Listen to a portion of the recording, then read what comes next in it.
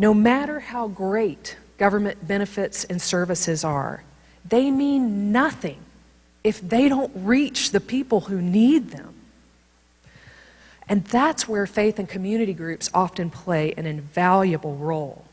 Whether it's a flu shot, veterans benefits, or job training, government does well when it seeks community partners to try to reach those people who are most vulnerable and who need those services, and make sure that those people know about the services and can actually access them. Because if that doesn't happen, it doesn't matter what kinds of benefits and services are offered. They have to meet the people who need them.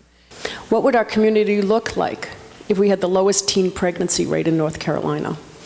What would our community look like if we had the lowest rate of sexually transmitted diseases in North Carolina?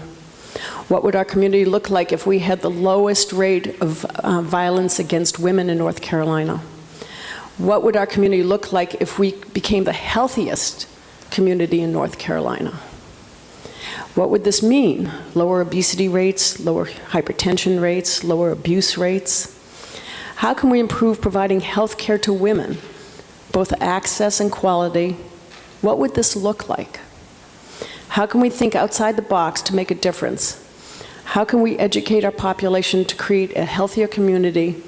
What needs to change? How do we work together? Who is not getting care and why? What can we do as a community to improve the health of women? And as we improve the health of women, we improve the health of the entire community. What I understand is that the strength of my organization comes in with community buy-in. So for the fact that if we do not engage the community, and if I do not participate in events such as this to try to educate people on the fact that there is a crisis, nothing short of a crisis going on in Greensboro right now, then our project will not see the maximum potential that it can actually occur in the city. So, for example, we're tied second with New Orleans for food security, or insecurity rather. And I don't remember Hurricane Katrina coming through Greensboro, so I'm trying to figure out how far down the pipeline have we got disconnected from our food source. And this is a generational thing. This is a low-income, high-income thing. Nobody's exempt to, no matter what your occupation is throughout your day, you have to eat at some point in time of the day. And what we're finding out is, the poison and the medicine all diverts back to the food. So there's no way around it. And for us to have these food desert areas in an agriculture state where we have, North Carolina A&T right down the street and North Carolina NC State up down the street, When the health care law was passed in 2010, it was the first major overhaul of the United States healthcare system since 1965 when Medicare and Medicaid were passed. But what that did for many Americans after the age of retirement is it provided that safety net. They have health care available to them regardless of what their health care needs are. And it is a system that they have invested in through their years of work experience. And once you reach the age of 65, you are Medicare eligible. You get Medicare. You get coverage. If you are a Medicare recipient, you are already in compliance with the law.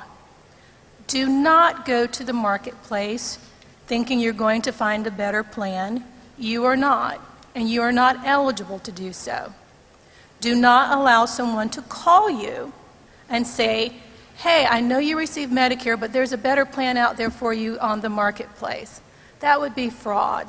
And we are very concerned about fraud among older adults, particularly medical fraud. Through our research, we know that older adults are making choices.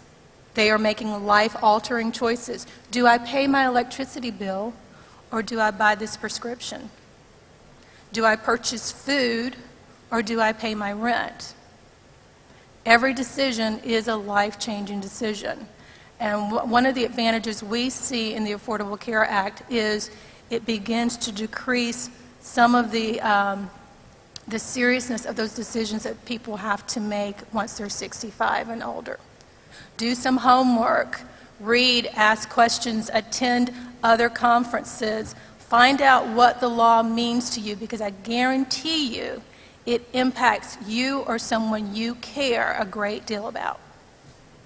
We need to educate our community citizens through the church and other venues where they trust people. They trust your congregation trusts you, to tell them what they really need to know. But I'll tell you what the real reason is. It's greed. Can I get an amen to that? It's amazing to me how certain things get through Congress and certain things don't get through Congress. And I am not political. I want somebody who's going to do the right thing for the people of this country. And physicians, I being one, I don't throw rocks, okay, because we all fall short. But physicians have been greedy at times. Pharmaceutical companies have been greedy at times, okay. Insurance companies have been greedy, okay. The whole system is broken, and that's why we need to get our arms around it. So what we mostly spend our time doing now in our political and our rhetoric as it relates to health care is if we're in the side of things that's talking in political terms, we tend to talk about justice or we talk about personal responsibility. If we then go to a church on Sunday or to our synagogue or to whatever our faith-based community is, oftentimes we talk about things that sound much more like charity. Well, what I've come to understand and learn somewhere between 1990 and 2013 is that justice and charity are two faces to the same coin, that a community must be healthy for individuals to be healthy. So the thing that's exciting to me today, as we're sitting here together in a beautiful facility, is I believe we have the opportunity to think far more broadly than we have before, to think about things like the health of community, and to understand that justice and charity are two sides of the same coin. My question is, my doctor says that I don't have to have a mammogram anymore, and I want to know why. How old are you? 90. 90? No way.